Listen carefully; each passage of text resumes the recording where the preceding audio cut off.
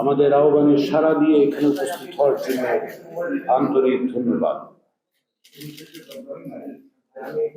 অন্তর্বর্তী সরকারের পক্ষ থেকে সংস্কার তৈরির পর তার প্রক্রিয়ার সঙ্গে পরবর্তী সময়ে জাতীয় ঐক্যমত্য কমিশনের প্রচেষ্টার সঙ্গে আন্তরিকভাবে সহযোগিতা করার জন্য গণ অধিকার পরিষদের নেতৃবৃন্দকে, সংগঠন হিসেবে গণ অধিকার পরিষদকে আমি কমিশনের সকলের পক্ষ থেকে জানাই আন্তরিক ধন্যবাদ।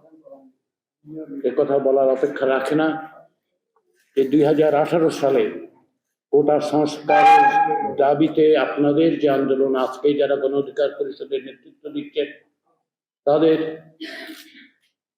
অকুতোভয় সংগ্রামের মধ্য দিয়েই ফ্যাসিবাদ বিরোধী আন্দোলনের একটা নতুন পর্যায়ের সূচনা হয়েছিল, যারই ধারাবাহিকতায় আমরা দেখতে পেয়েছি 2024 সালে কোটা সংস্কার আন্দোলন এবং পরবর্তী সময়ে একটি অভূতপূর্ব অভাবনীয় একটি গণ অভ্যুত্থান।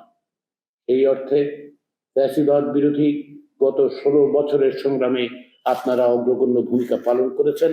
সেজন্য জাতির এক কৃতজ্ঞতা আপনাদের কাছে। আপনাদের যে ভূমিকা, সেই ভূমিকা নিঃসন্দেহে আমাদের সকলের স্মরণে থাকবে। আমরা ইতিমধ্যে 39টি দলের কাছে থেকে মতামত চেয়েছিলাম, 35টি দলের কাছ থেকে মতামত পাওয়া গেছে। তারই ভিত্তিতে আমরা এই পর্যন্ত 19টি দলের সঙ্গে আলোচনা করেছি। আজকে গণ অধিকার পরিষদের সঙ্গে যে আলোচনা, সেটি হচ্ছে 20তম দলের সঙ্গে। সেই আকাঙ্ক্ষাকে যেন বাস্তবায়ন করা যায়, তার পথ উন্মুক্ত করা যায়, যেন আমরা সকলে মিলে সম্মিলিতভাবে একটি গণতান্ত্রিক রাষ্ট্র প্রতিষ্ঠা করতে পারি, তারই অংশ হিসেবে এই আলোচনা। শুধুমাত্র সংস্কার কমিশনের প্রতিবেদন বা সংস্কার কমিশনের মতামত, সংস্কার কমিশনের সুপারিশই যথেষ্ট নয়। সকল রাজনৈতিক শক্তির, গণতান্ত্রিক শক্তিগুলোর জনমানুষের ঐক্যের মধ্যে দিয়ে কেবলমাত্র আমরা বাংলাদেশকে একটি নতুন বাংলাদেশের দিকে অগ্রসর করতে পারব।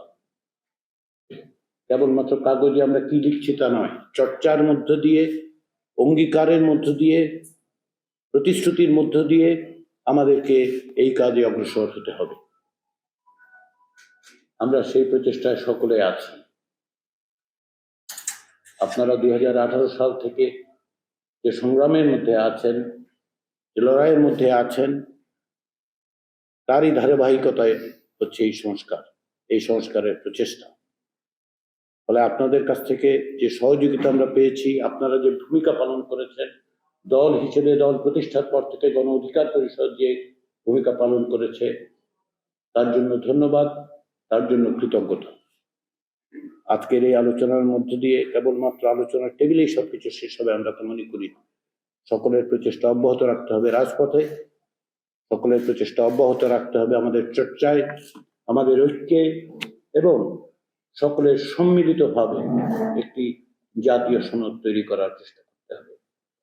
ঐকমত্য কমিশনের লক্ষ্য হচ্ছে এই জাতীয় সনদ তৈরি করা, যাতে করে ক্ষমতার বিন্যাসে পরিবর্তন ঘটে, যেন বাংলাদেশ তার সমস্ত সম্ভাবনা নিয়ে জাগ্রত হতে পারে। আপনাদের নেতৃত্ব একসময় সেই পথ দেখিয়েছে, লক্ষ লক্ষ মানুষ তাতে যুক্ত হয়েছে। পরবর্তী সময়ে এই ধারাবাহিকতাকে অব্যাহত রেখেছে। আপনারা নিপীড়ন, নির্যাতন স্বীকার করেছেন, বরণ করেছেন। বাংলাদেশের মানুষ তরুণদের নেতৃত্বে প্রাণ দিয়ে যে সম্ভাবনা তৈরি করেছে, আসুন আমরা সকলে মিলে সেই সম্ভাবনাকে বাস্তবায়নের পথে অগ্রসর করি। সেই পথে, সেই প্রচেষ্টায় আমরা সকলে একত্রিত আছি, একত্রিত থাকব। একত্রিত থাকার তাগিদটা আমরা সবসময় জারি রাখবো।